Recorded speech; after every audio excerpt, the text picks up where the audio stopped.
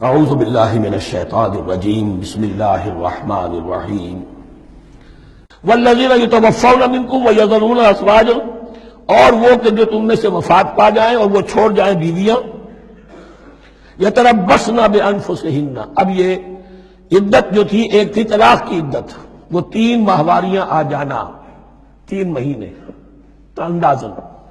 اور ایک ہے جو فوت ہو گیا، اور بیوہ کی عدت کیا ہے؟ والذین یتوفون، جو تم میں سے وفات دے دیے جائیں، منکم تم میں سے، ویذرون ازواجا، پیچھے بیویاں چھوڑ گئے ہوں، یتربصن بانفسہن 4 اشہر وعشرا، وہ روکے رکھیں اپنے نفسوں کو 4 مہینے اور 10 دن، 4 مہینے 10 دن تک ایک جو بیوہ عورت ہے وہ کوئی اور نکاح نہیں کر سکتی، 4 مہینے 10 دن۔ فَإِذَا بَلَغْنَ أَجَلَهُنَّ، اور جب وہ اپنی اس مدت تک پہنچ جائیں، یعنی پوری ہو گئی مدت عدت کی، فَلَا جُنَاحَ عَلَيْكُمْ فِي مَا فَعَلْنَ فِي أَنفُسِهِنَّ، تو تم پر کوئی گناہ نہیں ہے اس معاملے میں جو وہ اپنے بارے میں کریں۔ اب وہ آزاد ہے، نکاح کر سکتی ہے۔ اب تم روکنا چاہو، ہماری ناک کٹ جائے گی، یہ بیوہ بیٹھ نہیں سکی، اس سے رہا نہیں گیا، نہیں، غلط بات، تمہارا کوئی اختیار نہیں۔ لا جناح علیکم فیما فعلن فی انفسہن بالمعروف، کرے نیک طریقے سے، بھلے طریقے سے، شریعت کے مطابق، قواعد شریعت کے مطابق، تو تمہارا اختیار نہیں ہے کہ روکو۔ واللہ بما تعملون خبیر، اور جو کچھ تم کر رہے ہو اللہ اس سے باخبر ہے۔ ولا جناح علیکم فیما عرضتم بہ من خطبۃ النساء واکننتم فی انفسکم، اب یہ انہی بیواؤں کا ذکر ہو رہا ہے۔ تم پر کوئی حرج نہیں ہے کہ جو تم اشارے میں کوئی بات اور پیغام دینا چاہو کسی بیوہ کو، اشارے کنائے میں، لیکن یہ کہ اس میں عدت کے دوران نکاح تو نہیں ہو سکتا، اشارے کنائے میں یہ کچھ بات کہی جا سکتی ہے کہ مجھے دلچسپی ہے، شاید میں کوئی بھی طریقہ اختیار کیا جائے۔ او اکننتم فی انفسکم، یا اپنے دلوں میں چھپائے رکھو، تو اللہ کو کوئی اعتراض نہیں۔ اس میں یہ کہ ظاہر بات ہے کہ ایک آدمی علم اللہ انکم ستذکرونہن، اللہ کے علم میں ہے تمہیں ان کا خیال تو آئے گا ہی، آخر یہ عورت تھی، بیوہ ہو گئی ہے، اب میں اس سے شادی کر سکتا ہوں، آپ کو رغبت ہے اس کی طرف نکاح کی، تو اب کوئی آدمی سوچے میرے دل میں خیال آ رہا ہے بیوہ کے بارے میں، میں تو گناہ گار ہو گیا، میرا دل گناہ گار ہو گیا، نہیں، یہ قانون فطرت ہے۔ علم اللہ انکم ستذکرونہن، اللہ کے علم میں ہے ان کا خیال تو تمہیں آئے گا ہی۔ ولکن لا تواعدوہن سرا، لیکن ایسا نہ کرو کہ ان سے معاہدہ کر لو خفیہ طے ہو جائے، بات پکی ہو جائے، سرا الا ان تقولوا قولا معروفا، سوائے اس کے کہ کوئی معروف بات کہہ دی جائے جس سے انہیں اشارہ مل جائے، بس۔ ولا تعزموا عقدۃ النکاح حتی یبلغ الکتاب اجلہ، اور مت باندھو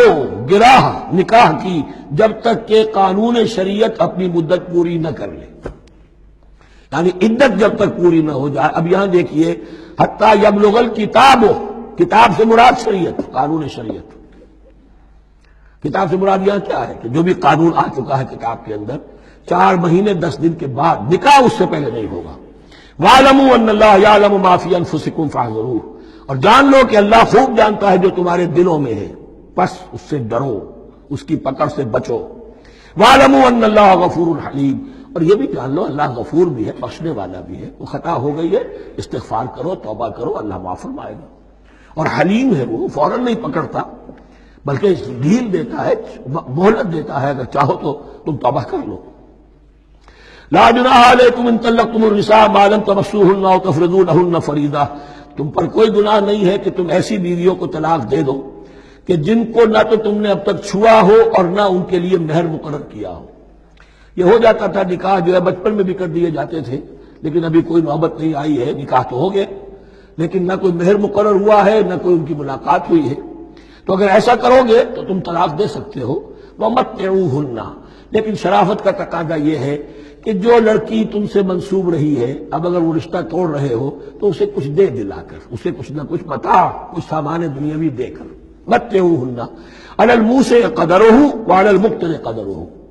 جو وسعت والا ہے، جس کو کشائش حاصل ہے، غنی ہے، وہ اپنی حیثیت کے مطابق، اور جو تنگ دست ہے وہ اپنی حیثیت کے مطابق۔ متاعا بالمعروف،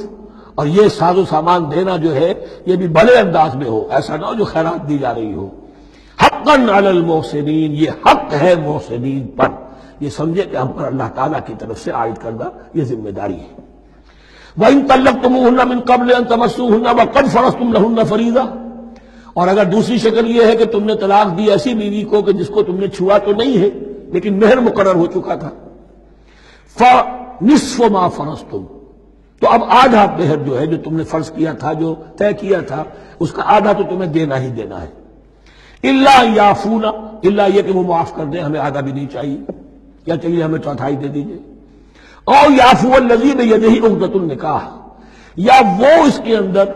جو ہے سخاوت سے کام لے کہ جس کے ہاتھ میں نکاح کی گرہ ہے، گرہ تو مرد کے ہاتھ میں وہ کھول سکتا ہے، عورت طلاق دے نہیں سکتی، لہذا کیوں نہ ایسا کرو کہ تم پورا ہی مہر دے دو۔ فرمایا وَأَن تَعْفُوا، اگر تم درگزر کرو اور زیادہ دو،